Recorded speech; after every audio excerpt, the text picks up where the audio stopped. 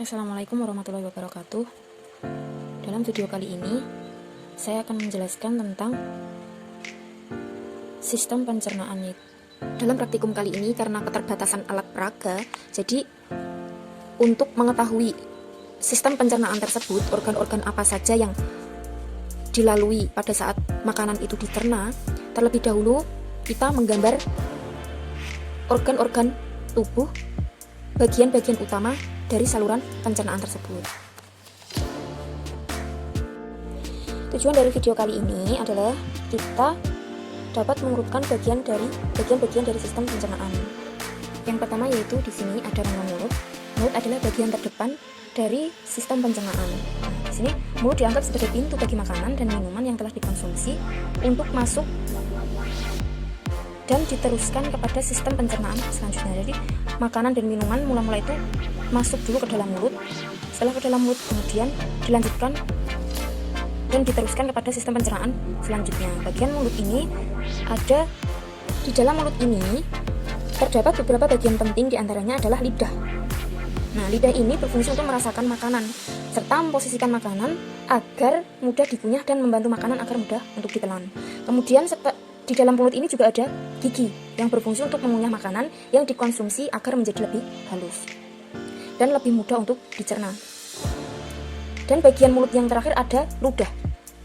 Nah, ludah di sini akan membantu menelan makanan dengan lebih mudah lagi dan juga berfungsi sebagai pelindung rongga mulut. Setelah melalui proses dari mulut, kemudian makanan tersebut melanjutkan di kerongkongan atau esofagus. Nah, setelah dari mulut kemudian masuk ke kerongkongan. Nah, kerongkongan merupakan lorong yang akan dimasuki makanan, yang telah selesai dikunyah dan telah diproses di dalam mulut. Jadi makanan yang telah diproses tadi di dalam mulut masuk ke kerongkongan. Nah, dalam proses makanan dari kerongkongan ini ada suatu gerakan yang namanya gerakan peristaltik. Itu gerakan yang membantu mendorong makanan yang sudah dikunyah masuk ke dalam lambung. Jadi ada suatu gerakan, berdasarkan penelitian, makanan akan melewati kerongkongan, makanan yang sudah dikunyah di mulut tadi akan melewati kerongkongan itu hanya dalam waktu 6 detik, kemudian masuk ke lambung.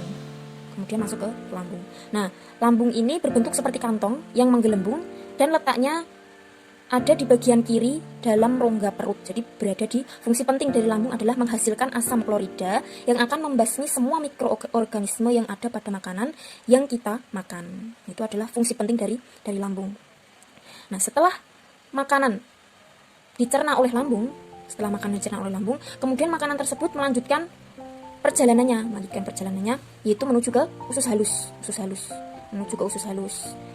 Nah, ada banyak proses kimia yang terjadi pada usus halus, karena di dalam usus halus juga memproduksi berbagai macam enzim yang dapat mengubah beberapa zat makanan menjadi kandungan yang dibutuhkan tubuh agar lebih mudah untuk diserap. Kemudian setelah dari usus halus, makanan ini kembali dicerna oleh usus besar. Nah, usus besar adalah tempat sisa makanan yang nantinya akan dibusukkan menggunakan bakteri Escherichia coli sehingga bisa menjadi kotoran atau feses yang kemudian akan dibuang melalui anus.